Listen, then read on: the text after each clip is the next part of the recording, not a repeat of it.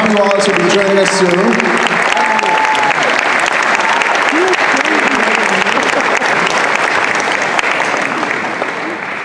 Mic for each of you, I believe, so that's good. Yeah.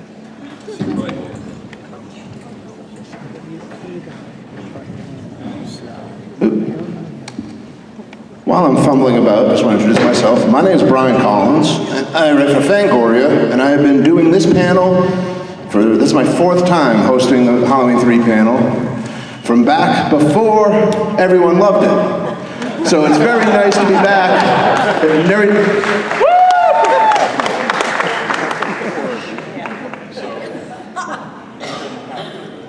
I got you. Thanks. I got you. We take care of Tom Atkins.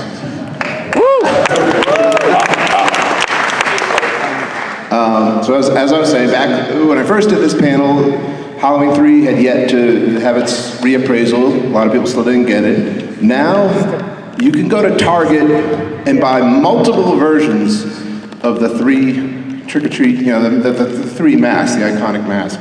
And I'm just curious for our actors, is that gratifying to you, knowing that this movie was misunderstood at the time, but now people are embracing it, they love it, it's one of their favorites?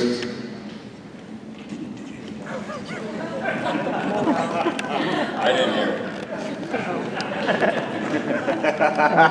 I can't hear you. I'm sorry.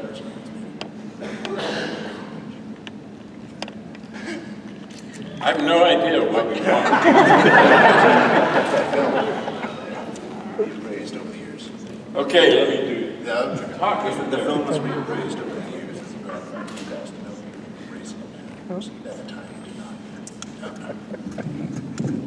Just talk.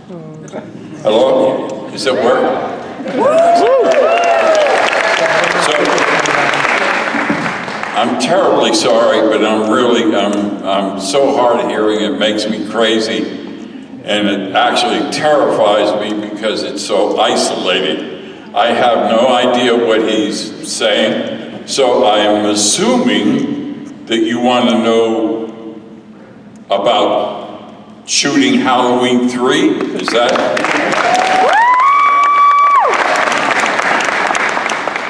Oh yeah, you know, it's stunning to all of us that this film, when it first came out, Halloween 3, there were so many people come up to me and said, I hate this movie. Where is Michael Myers? Where the hell is Michael Myers? And Michael Myers was never intended to be in the film. And it finally, people, you wonderful fans, got over that he wasn't in it, and embraced it with all of your hearts, and it has given us an entirely new life, and the film the life that it deserved. Thank you forever for that.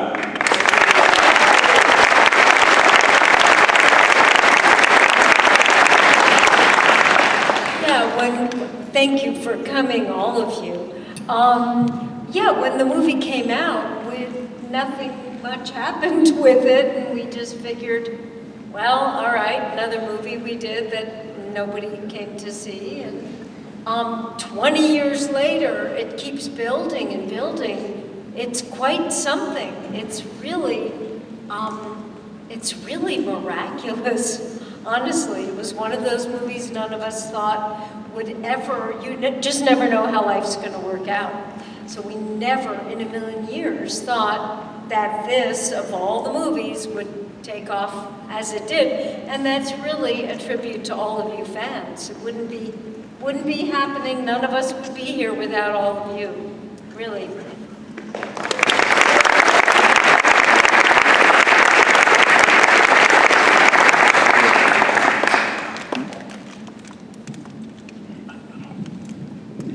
Maybe somebody has some questions?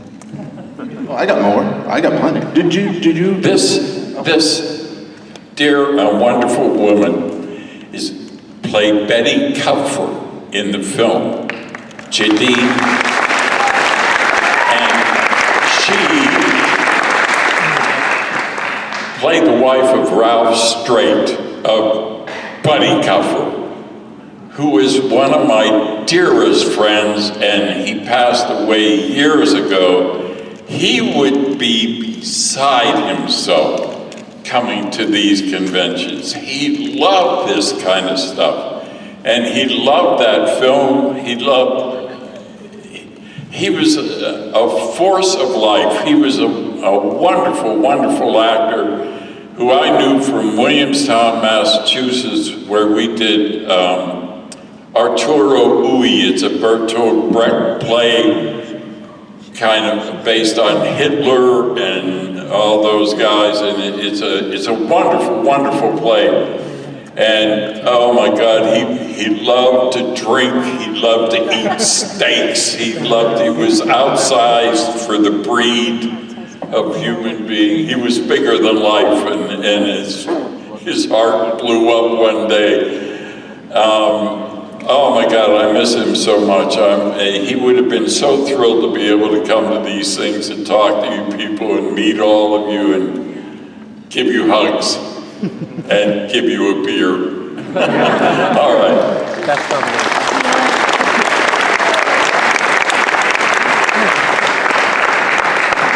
And he and Jadeen played husband and wife in Halloween 3, and they got eaten by the things in the masks. Yeah. Tommy Lee Wallace, everyone. This is Tommy Lee Wallace, our writer, director, and master leader.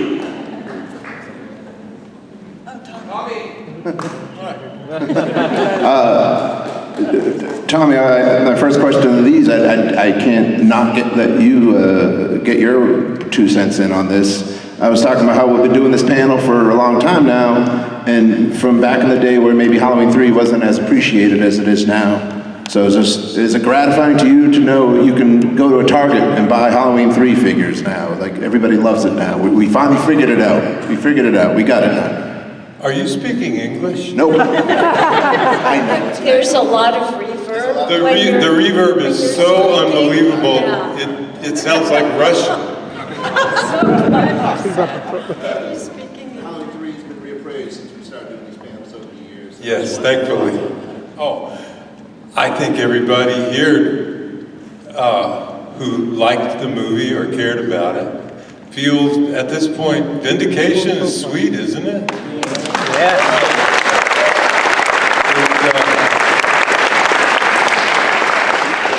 It had a rough start, and I chalked that up to 2 things.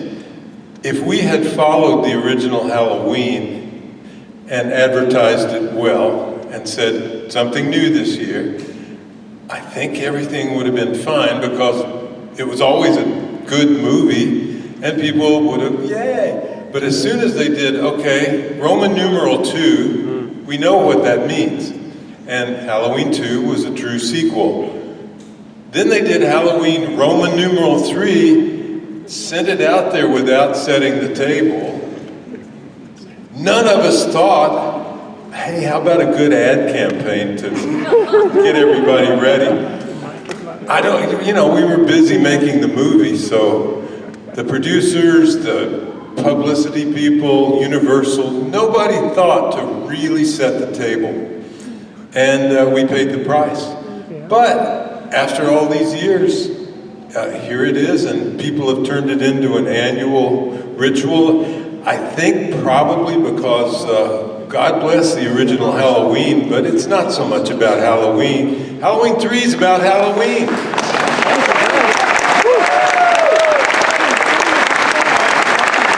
So, does that answer the question? Yes. Okay. Okay. I was going to ask about, you were talking about... Oh, you and Buddy characters meet. Where the hell? And that's it's such a chaotic scene. So Where, what, was it outside the motel? When everybody was coming and going and, oh yeah. That was a chaotic scene. Oh my God. My first wife was Garn Stevens, who played Marge, yeah. Marge, who was in the motel room right next to me and Stacey, which is kind of bizarre when you think about it. And, It was weird. and she got eaten out by the creeps, or the super shamrock thing, you know, that destroyed her face. Did you mean Oh to my say God. that, Tom? Yeah. I get it. Yeah. Her face got eaten out by the silver shamrock. We were all. Her character was arriving in the car, coming from somewhere, and bitching about something, and Buddy and his wife were getting out of their cars and coming in, checking into the motel, and they were griping about something, and Stacey and I were just trying to, we were trying to suss out where her father had disappeared to, and it was chaos. And delightful. Thanks. You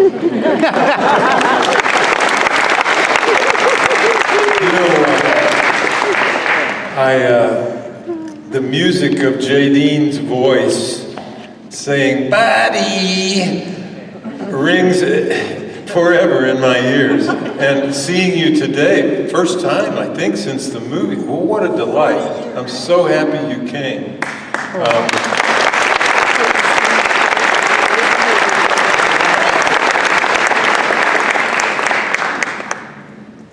Well, I had a great time doing this movie. It was so much fun. And Tommy was wonderful as the director. Oh, shucks.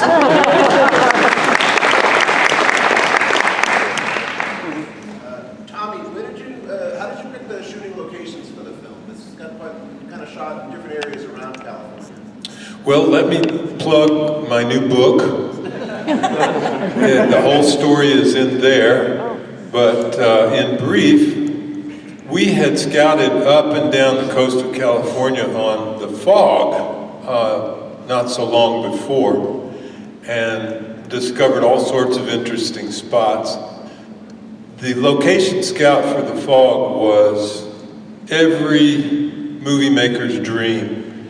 You're looking, and we had a book of lighthouses. Lighthouses important in the fog, right?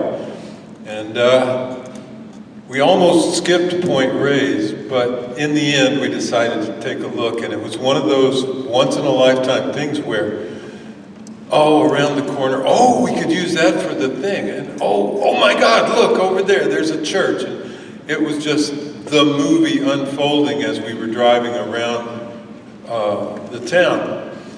And so I never expected for that to be that good again until Halloween 3. And we were up in Northern California scouting many little towns and not so small towns, because you can always make a big town seem small. Hard to make a small town seem big. But we had just scouted Ferndale, which is an enchanting little picture-perfect community. And we were seriously considering it because, as Tom was referring, the original convention was quite operatic with people. You could almost have had a parade and balloons and all sorts of people and 10 times as many people. And we were thinking about it, except that it would have eaten up the entire budget. So while we were in the neighborhood, somebody mentioned Lolita, and not spelled exactly like the famous young lady, but close enough. We said, oh, okay, we'll just go by there. And that was another one of those moments when we're driving around looking, and we start the approach into town, and it's like, whoa, that's a perfect shot. We could put the billboard over there, and you come around, swing around the corner, and there's this lonely looking little hamlet, I guess you could say, of a town. And it just felt, we were like interlopers. Nobody's in town. It's like a Western with tumbleweed going down the street. You know, you just feel like you're being watched. Gives off an eerie feeling, which thankfully conveys in the movie, I think. It gives off that mood. That was a genuine feeling. And we're looking at this, oh, the store, look, the store's over there, that's where Tommy can walk and get his alcohol and blah, blah, blah. Oh my God, look, there's the motel, perfect little thing, and it's right next to an antique gas station, perfect. And we come around the corner and there's a factory. Well, you know, lightning struck twice. It was everything we needed for the principal locations of the movie, all in Little Lolita. And that's how we picked it.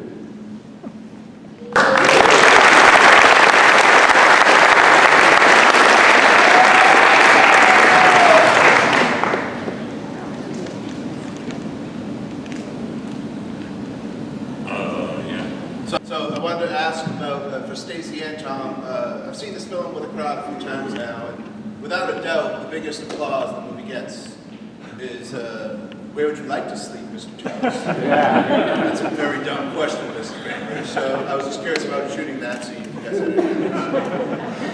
any. Well, we didn't make those lines up. They were written, it was part of the script, and it wasn't, at least, thank God, the first scene we shot together. It was... Close to it. Close. And I thought it was very tastefully done. It was her and her Teddy and me and my... All together. Well, all together, but...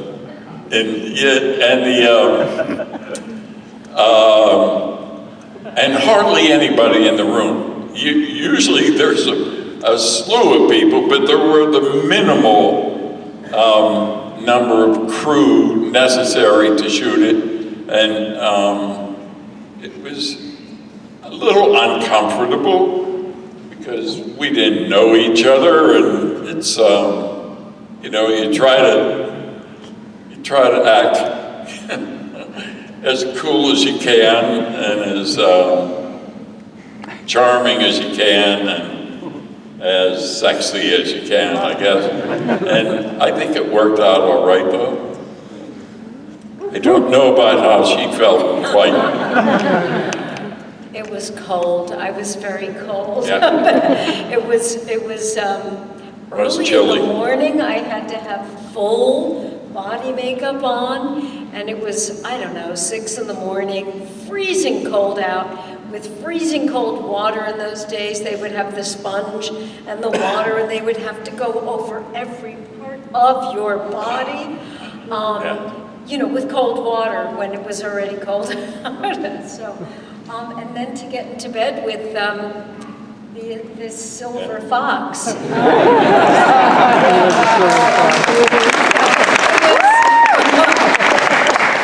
Wasn't that difficult? I think we both really enjoyed it.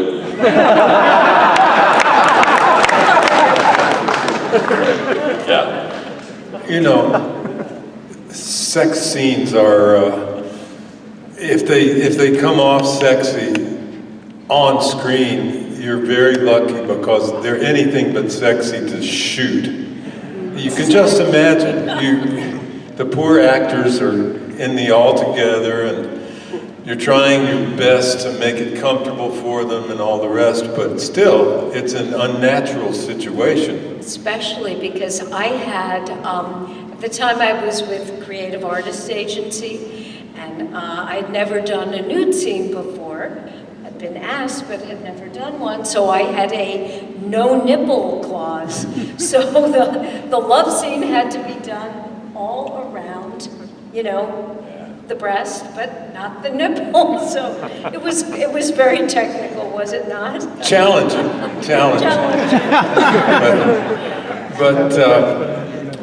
No, you know, it's a weird thing. We had no nipples in this movie, but I've shot a few other movies where we did, and believe it or not, if you're using a body double, which happens a lot, you have to audition the body double, and what are you auditioning? The body. Nipples. And I could never convince, at my class reunion, I told the story, I couldn't convince them it was awkward. They're going, wait a minute, you sit in a room and women come in and take off their clothes and you go, yes, turn around, please, thank you, oh, thank you for coming. It's the most awkward, ridiculous thing in the world, and they're all going, sure, Tommy, you understand. And that's why Shooting in those circumstances, it reminds me of the time in Halloween 3, we didn't go quite that far, but there was a scene in a movie that shall remain unnamed, a sex scene. The actress was really feeling a lot of the same feelings I'm sure you were feeling, Stacey. Just awkward, and it doesn't feel good. It's not like people watching and everything. So you get it down to the minimum crew in the room. And this person was just having such a hard time. And I said, all right, for the 3 or 4 crew members left, take them off. And we all took our clothes off. Said, now let's go. And she did. She got off, she laughed and was like, oh, please don't do that. And then that loosened her up. And I said, we're going to make the scene and I want to make you comfortable. And here we are. You're not the only one. And it did the trick.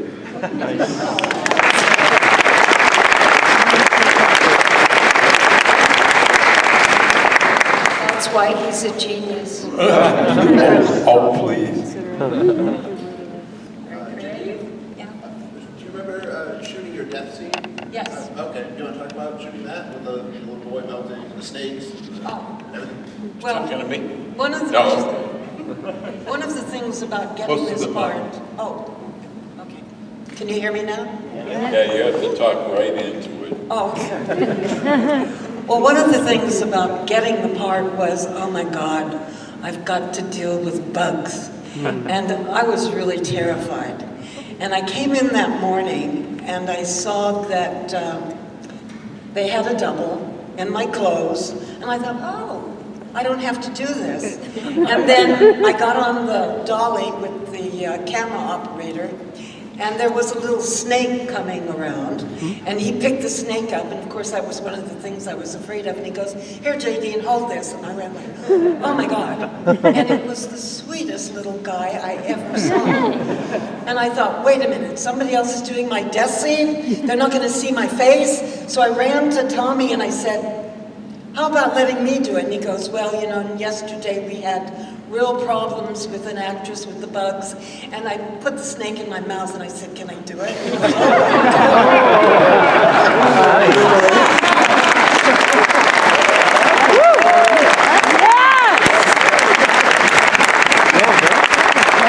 so he quickly had her take off the clothes, and there I was, and I got to do the death scene. And they put the snake on me. Now, by this time, we became old friends. And he went, action, and the snake didn't move, and I'm holding my breath, and he doesn't move, and he doesn't move. And they cut it, and they go, he's not moving.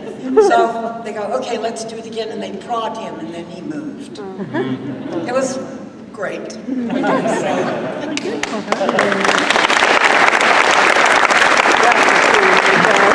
Oh, and the crickets were really sweet. The crickets. Oh, yeah. Crickets. When almost every animal you work with or creature, when the shooting's over, they get in cages or they're pets or something and they go home.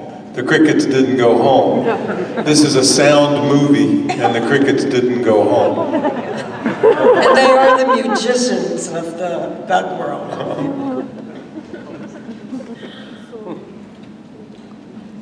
That's one of my favorite scenes, Jadeen. You did a great job.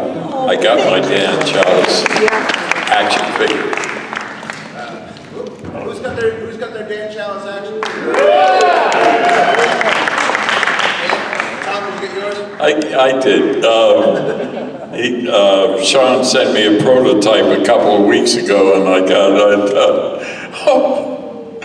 How familiar this guy looks. It's exactly the same as the Night of the Creeps action figure, except no guns, only beer. Yeah, a couple of cans of Miller beer in the action figure with me. And I can't believe, who would have ever thought that I would have two action figures? It's a mystery to me. It's wonderful. I'm going to turn it over to you guys in a second. I just have another question for Tommy. What was John Carpenter's involvement with the production? This is kind of like the last one. He had a sort of active role in the writing and the producing. I was just curious, did he come to set often, or did he just kind of leave you alone? No, there were two things going on. First, I was from within the family, you might say, and so when it was time to shoot Halloween 3, we'd worked together many times by that point, and I think the level of trust was there. That's one thing. Another thing was The Thing. John was in post-production on The Thing just as we got underway and started shooting, so there were two sides to that. You know, on the one hand, he would have been there if I'd asked him to be, if I said, I need you, blah, blah, blah. But I think he looked very relieved when I said, I got this, you know, go make The Thing, you know, and he needed that because, the stories that he can tell about post-production on The Thing, of course, are epic. John was a fantastic, supportive person, and before we got started shooting, of course, he and I took Nigel Neal's script, and it needed some work. The original idea was there, this crazy notion of masks and Halloween night and a warlock from perhaps another era. All that was in there. But what it lacked was some sort of consciousness about the U.S. audience, which was our primary audience. Nigel was,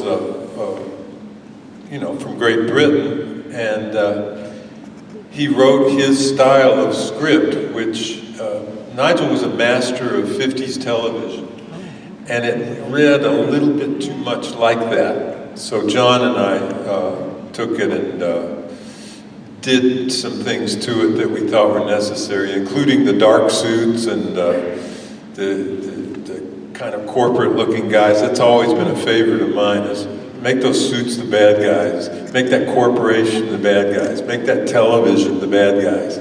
I believe that to this day. That's one reason this movie endures. It's telling the truth like never before.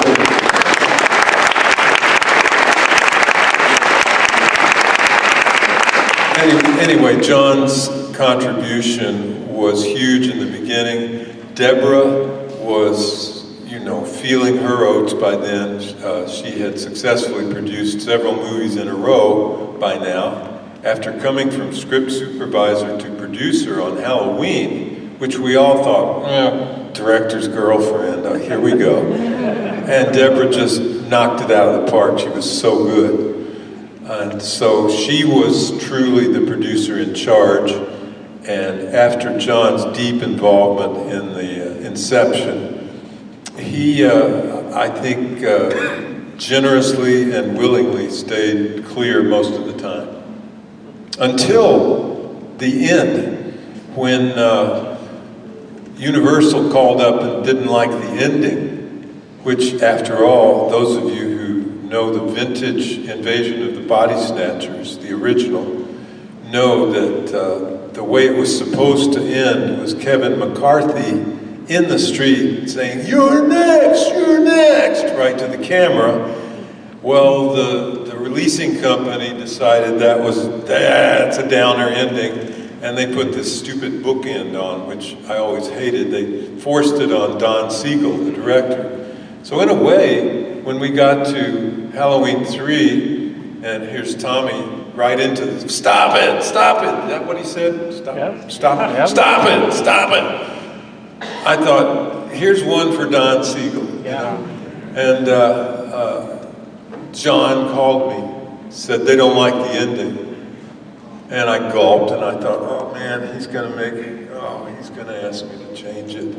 And we're gonna have to do some stupid bookend thing, or who knows. We're gonna have to let the audience off the hook.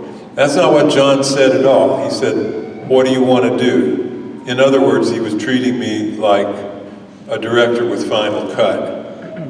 That's unheard of. So that's the kind of producer John was. And I said, let's leave it the way it is. And he said, you got it. There you have it.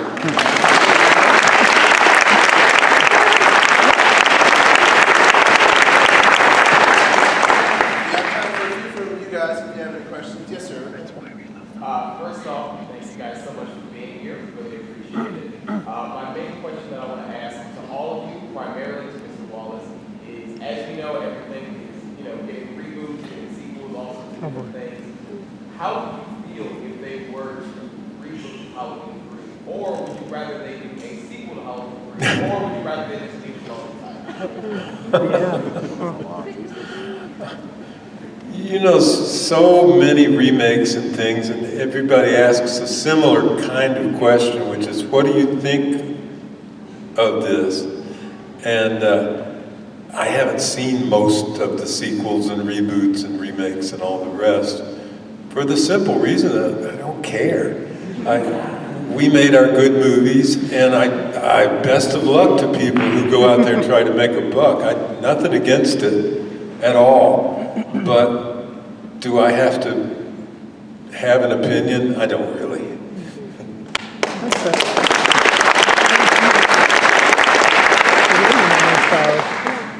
We've heard over the years that the intent was to have the franchise go on as an anthology series. As it so happens, it undersold, and then we were going to have Michael back in the room. My question is, in hindsight, we all love this film. Do you agree with the fact that possibly this film serves itself as sort of a sacrificial lamb to the franchise in order for us to get more Michael films? Because without this movie underselling, we wouldn't have any more Michael films. I don't think that's necessarily so. I think that I was once hanging around with Mustafa Akkad, who put up the money for the original, or some of the money. And I said, man, enough is enough. Let's kill off this creature for good. And he says, Michael Myers will never die. And he's right, as long as it makes money.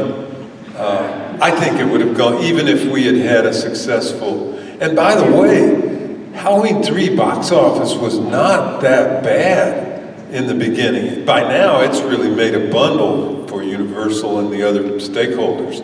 But it just didn't perform. Halloween 2 did really well compared to the original. And they were using that as a yardstick, and it didn't earn quite as much as Halloween 2. How it went from being, to being, flop, I do not know. I do not understand. But had the movie performed in a bigger way, enough to go ahead and follow through with this anthology idea, I think we'd still be making, there's a million stories you could tell, right? On the subject of the season. I think we'd still be going. And each one might well, including the original, have spawned other sequels. It could have just been like fractals, just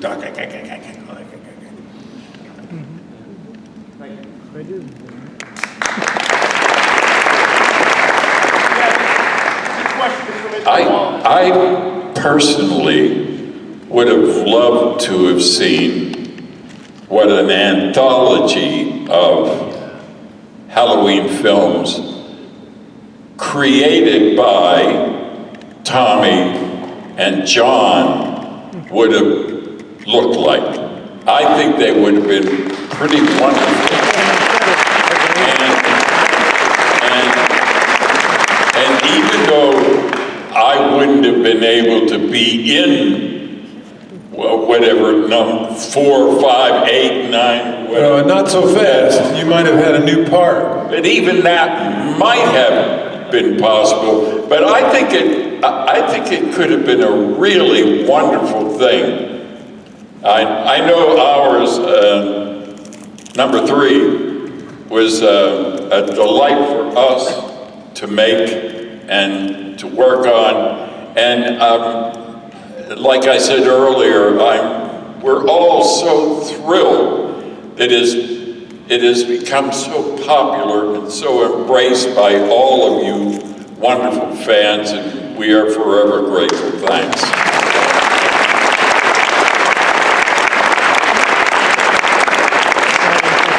It's still possible, you know. I think it's a $1 billion idea. If you got a bunch of money, let's go. Be a producer overnight. Way in the back there, yeah. Yep. Loud. It's part of the class of 1982. So there were 2 other films that didn't get distributed. It was Blade Runner, The Thing, Halloween 3. Now all 3 were dedicated. Well said.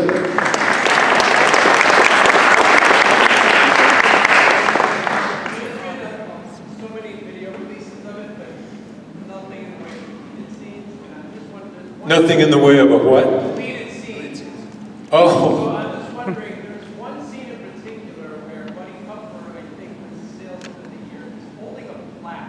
Do you guys ever shoot anything regarding like, and he's holding it after you guys are like, you're drinking like cider and donuts, and it's right before Buddy gets his mask. And I think Jadeen is actually holding the plaque. Did you guys ever shoot any other, and there might be any other scenes that you think of? You know, this question comes up a lot about Halloween, about the fog, about Halloween 3. You got to remember that we were making these movies with scotch tape and chewing gum. I mean, we did not have a lot of money. That means the scripts had to be super tight, schedule had to be super tight, the money was, in other words, we didn't get to be Steven Spielberg or another high-powered filmmaker who could shoot a bunch of stuff and a lot of coverage and extra scenes and then throw them away later. In other words, do the real work in the cutting room instead of doing it on paper. So there wasn't, Halloween was very lean, the fog even leaner, believe it or not, even though there was a bigger budget. Halloween 3, there wasn't much left on the cutting room floor. Just can't afford it. You really got to make it count when you put it on film, because half a day's shooting, you got to be sure. Which, it's the best and the worst of making a movie. If you're that efficient, you may wind up with a pretty good movie, because you do the work up front rather than putting it off. Directors, oh, we'll shoot 2 endings. Well, how much is that going to cost? And decide later. No, decide now.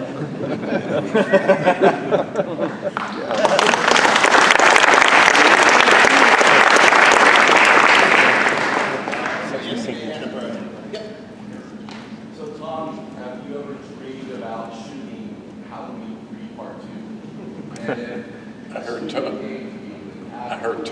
Oh, right Tom. story Okay. and All right. the right actors, everything was aligned. Would you ever consider shooting Halloween 3 Part 2? You know, it's funny, at least 2 or 3 times people have submitted scripts for that very subject. Halloween 3, the sequel.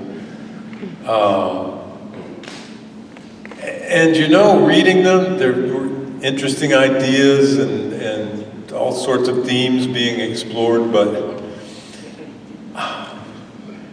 I like it as a standalone thing because of the way it ends.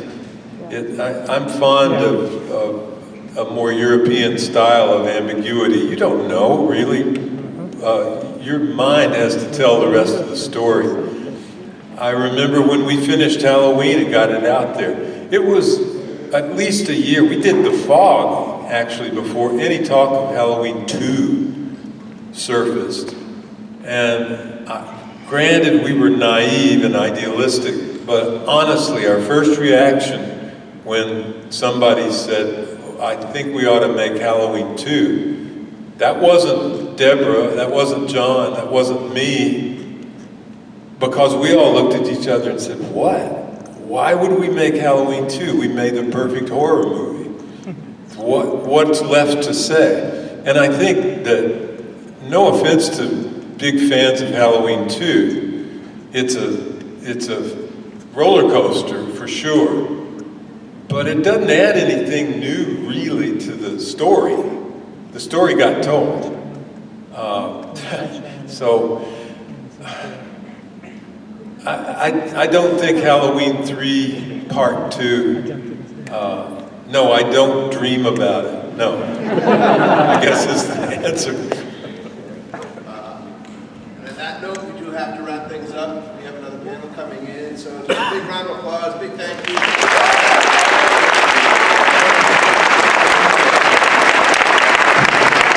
I do want to say one last thing, just a lot of big love to every one of you. None of this matters or exists without you, and we're all so grateful. Thank you.